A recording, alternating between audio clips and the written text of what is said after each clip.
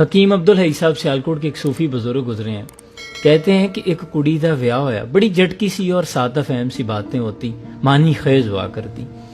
کہندے نے کڑی اپنی ماں نو کہن لگی کہ بیبے تو اینی زندگی گزاری ہے 50 ورے ساڈے ابا جی دے نال اپنے خاوند دے نال, تے مینوں وسن دا کوئی چج تے دس.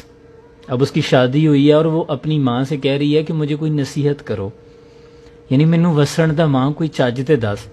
تے ماں کو نصیحت کی کر رہی ہے. ماں کہندی ہے پترا ایک گل میری پلے نال بن لے کہ سارا جہان ناراض ہو جائے, سارے جہان نال وگڑ دیے تے وگڑ جائے, لیکن ایک خصم ناراض نہ ہوئے.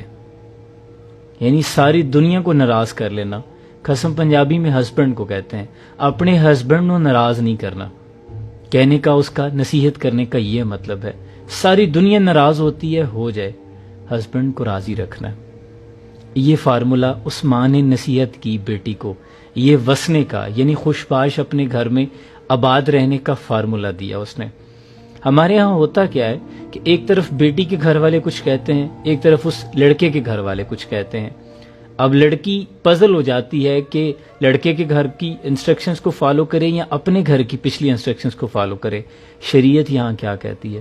شریعت کہتی ہے کہ ساری دنیا جو مرضی کہتے رہے, خواہ وہ لڑکے کے گھر والے ہیں یا لڑکی کے اپنے گھر والے ہیں, لڑکی پہ سب سے پہلے اطاعت واجب ہے اس کے شوہر کی.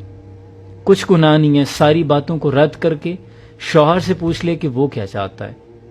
کوئی بھی مسئلہ ہو تو اپنے شوہر سے کہہ دے کہ آپ اس پہ کیا کہتے ہیں, پھر جو وہ فیصلہ کر دے اس پہ آمین کہہ لے, اس پر کچھ گناہ نہیں ہے. اس طرح تمہارا گھر نہیں ٹوٹے گا. یاد رکھیں یہ اتنا نازک رشتہ ہے کہ بہت سے فیملیز میں ڈسٹربنس چھوٹے چھوٹے باتوں پر, اور میاں بیوی میں یاد رکھیں کہ یہ رشتہ یہ ایک سمجھ لیں رسی کی مانند ہے. اگر ایک رسی کو کوئی ایک طرف سے کھینچ رہا ہے تو دوسرے کو چاہیے کہ ڈھیلا چھوڑ دے. اگر دونوں بیک وقت کھینچنا شروع کر دیں گے تو پھر یہ ٹوٹ جائے گا. اس لیے جھک جانا اس بات کی علامت نہیں کہ آپ کمزور ہیں, اس بات کی طرف اشارہ ہے کہ آپ کے لیے یہ رشتہ کتنا معنی رکھتا ہے. اور جس قدر ہمارے معاشرے میں طلاق کی ریشو بڑھ رہی ہے, یہ لفظ اتنا خوفناک ہے کہ اللہ کا غضب ہو ایسے لوگوں پر جو ایسی راہ اختیار کرتے ہیں, زمین و آسمان ہل جاتے ہیں. تو اللہ کریم سب کو اپنے گھروں میں آباد رکھے اور ازدواجی رشتوں میں خوشیاں پیدا فرمائے, نفاق سے محفوظ رکھے. آمین.